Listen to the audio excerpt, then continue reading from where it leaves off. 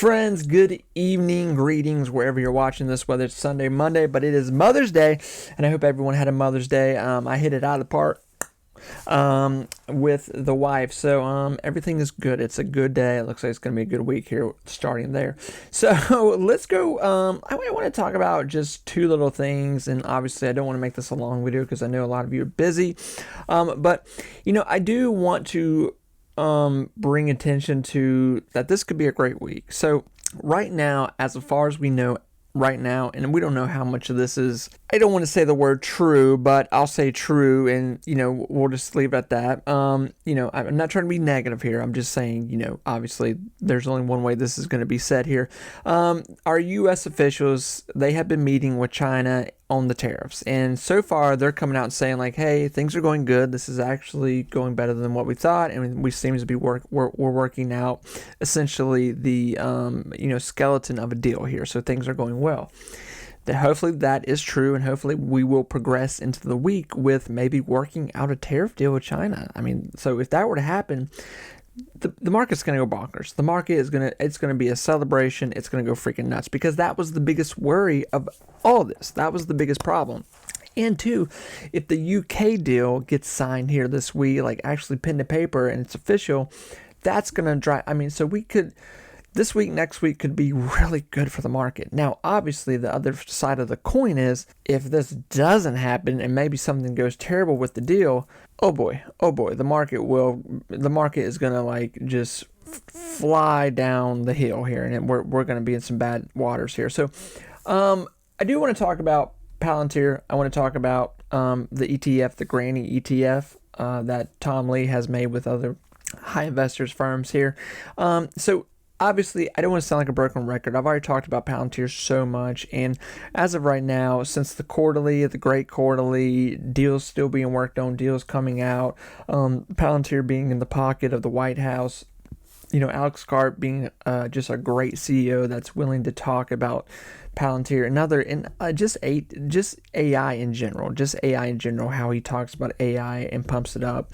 I love Palantir. So there's not much negative I'm going to say here. Are you paying too much for Palantir as it is right now? Obviously, yes, we know that, and that's not a mean thing to say. It's just the truth, because you're not buying for Palantir right now. You're buying Palantir for, later this year, what it could be. That it's the expectation of what's coming. It's the fear of what's coming. It's the who knows. It might just keep running up here. So, we've already achieved almost $130 here with Palantir. I don't think it's going to be crazy before we see 130 here. I don't think that's going to shock a lot of people. What's going to be shocking, I think, is if by summer here, if the market is actually just working out, the tariff deals get sealed away, and Palantir, along with the rest of the market, starts to run up here. So Palantir this week, if we find ourselves in this tariff situation where they're going great here, where we work out a deal, all stocks will be running, but Palantir could have a huge chance here to really hit that 130 and some change here this week. It could happen. So I'm going to remain positive. I'm going to remain optimistic that something great will happen this week. Obviously, listen, what do we know that we need a deal with China. China wants to deal with us. We want to deal with China. We have to. I mean, it's just, obviously Trump's whole plan here with bringing factories back to America and, getting back into manufacturing here. Great, good, but it's not going to happen overnight. It's not going to happen this year. It's going to take time. So we have to work out some sort of deal here with China, and obviously they know this, and that we've got to work out something real fast here. So I suspect that it could happen here sooner than later. I hope they work out some kind of deal. Obviously, I listen, whether you don't like Trump, this guy is not playing around. He is willing to put his head in the sand and not take it out until something is done here. He doesn't care about people moaning and yelling at him. He does not care. So I'm very curious to see if we can work out something this week, and if we do, the market will go crazy on that. So Palantir. And why am I talking about the Granny Fund? Why am I talking about that? I'm talking about that because Palantir here is essentially, they are a part of the Granny Fund, okay? Not only that, you've got other great companies attached to the Granny Fund. The Granny Fund is very new. So if you're like, what is this Granny Fund ETF? There's no dividend yet. There's nothing like that. It's literally been out for not even a year, okay? It might almost be about to be a year old, but it's not far from it. So, you have MicroStrategy in this ETF, you have Palantir, you have Progressive, you have Netflix, you have other big companies in it too. So it leaves a lot of speculation that it's not just obviously Palantir running the Granny Fund here. There's other big companies attached to it that are going to help push this ETF, and it's still very new ETF. But one reason why this ETF could start to move really good here this year, next year, is because Palantir obviously is becoming a huge positive, essentially rhino in that ETF right now, where it is just helping push that ETF up and making it run here, because we've seen it happen here. I've been watching this ETF run here with Palantir run. When Palantir has a really good day, this ETF will do it. You can tell it's running alongside the news here. So I would keep your eye on it. If I don't, a lot of people don't even like to put their money in ETFs. I get it. I do both. I have a Roth IRA with ETFs. It's strictly just full of ETFs, and this is one of them. I've been buying this ETF on a weekly basis here for I don't know, maybe 7-8 months, something like that. Obviously my hope is that later on in the future here there will be a dividend attached to the ETF. The ETF obviously will continue to move up, and Palantir will become more of a vicious stock, to where it's just the trillion market cap here, and we can see it just really push up this ETF, be a huge helping hand in it. So watch Palantir just like you want to watch. So watch the Granny Fund here just as much as you're watching Palantir, because listen, the Granny Fund could really take off here in the future. I really think people should pay attention to it. It's obviously had a hard road here coming into the market when it did, but it will do well over time. It will do well over time. It's got some big money attached to it, and it will do well. I think it's completely undervalued at the moment, and people aren't paying attention to it, and people are still in this mood right now with is this the right time to put your money in ETFs? If we see a recession, a pullback, ETFs will, they will take damage, because it will be just a pile of stocks, pile of companies that are going down. I wouldn't think of it like that. I don't know that it's ever a bad situation to buy ETF, especially if it's got a dividend attached to it, but a strong, healthy ETF at that. But obviously, Granny Fund being new, just pay attention to it. Don't let that one out of your sight. I think that's it's gonna shock people here in the future. In SoFi, I'm still very much in. People, I see the comment all the time, like, people are saying, like, are you still in SoFi? Why are you still in SoFi? I see those comments, and I get it. Listen, I am still obviously in SoFi. I'm still messing around with SoFi. I'm going to be with SoFi, because SoFi, what are they doing? They keep doing great with quarterlies. They keep moving up in revenue. They're becoming this very in the shadows vicious bank, where I do think within the next 5-10 years, maybe potentially, maybe not even that long, this is going to be a company, this is going to be a bank that will start to really push its way into a new form of banking. It already has. And this is why it has such an attraction to younger people right now. Why, when you look at the people that are opening accounts with with SoFi here, it's a younger generation, okay? And what do we know? It's going to take time with the younger generation, because what are they going to start doing here in the next 5-10 years? They're going to get married. They're going to buy cars, houses, loans, business loans, credit cards, all that kind of stuff. And not only that, SoFi, just on your basic account that you download and that you open up with them, that's free, you're able to buy stocks, ETFs, all this stuff you're able to do right there. There's not a lot of other banks that are set up like that. So SoFi is becoming just this huge, easy access platform for, the younger generation. And obviously too, they're snatching up older generation. So this is why SoFi is growing at a very fast rate, and people need to pay attention to what's going on. This isn't like some just like pop-up bank that's doing okay and starting to get attention. No. SoFi's been here and they've been doing great. And, obviously the negative that's been with SoFi that I've seen is just that SoFi is not as exciting as a lot of the AI stocks right now. And what are people looking for? They're looking for AI moves.